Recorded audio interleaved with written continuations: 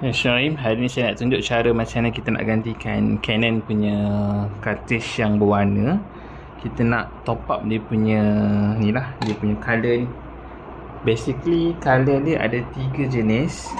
Yang pertama colour ni, colour kebiruan ni, tak apa, cyan ke apa nama dia.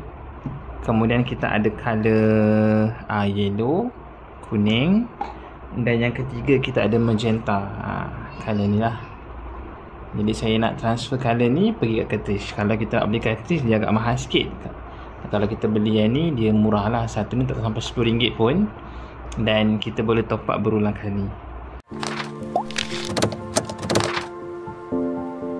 Okay, mula-mula sekali lepas kita dah keluarkan cartridge daripada printer, kita buka dia punya selotip ni dulu. Okay, nampak tak ada 3 lubang ni? Okay, ada 3 lubang. Yang ini adalah lubang pertama yang kita akan ganti, warna magenta.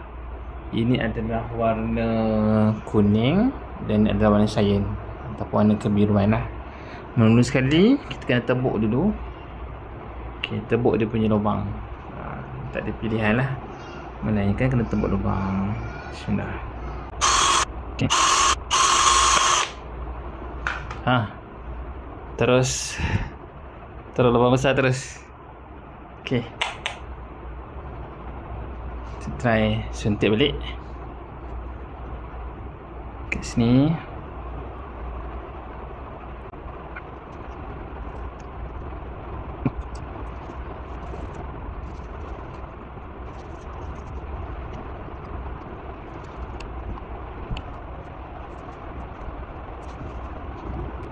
Okay, dekat sini warna kuning.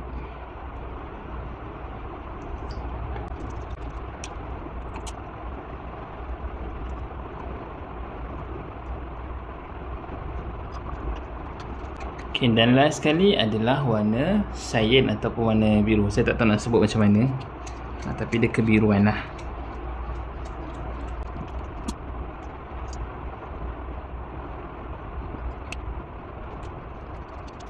Okay, daripada siap ni kita lap sikit permukaan atas dia. Kita nak bagi dia meleleh. Kemudian tutup balik dengan stiker asal.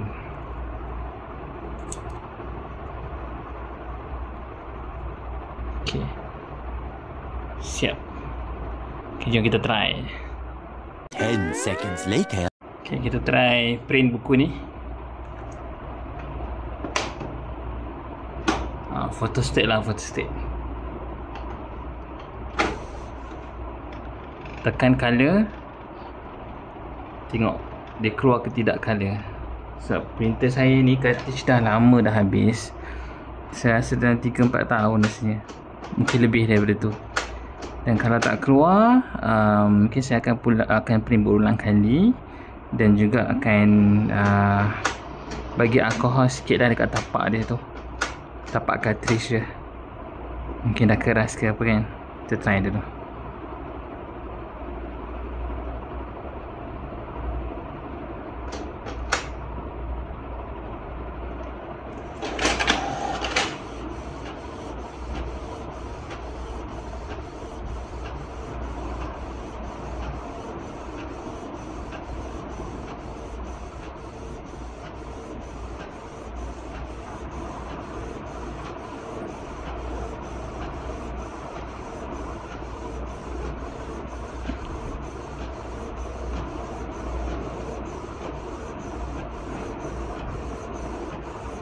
Okay, nampak kejadian dia? Alhamdulillah.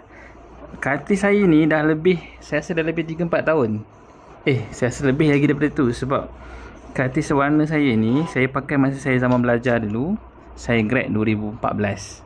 Dan dia habis sebelum 2014 lagi.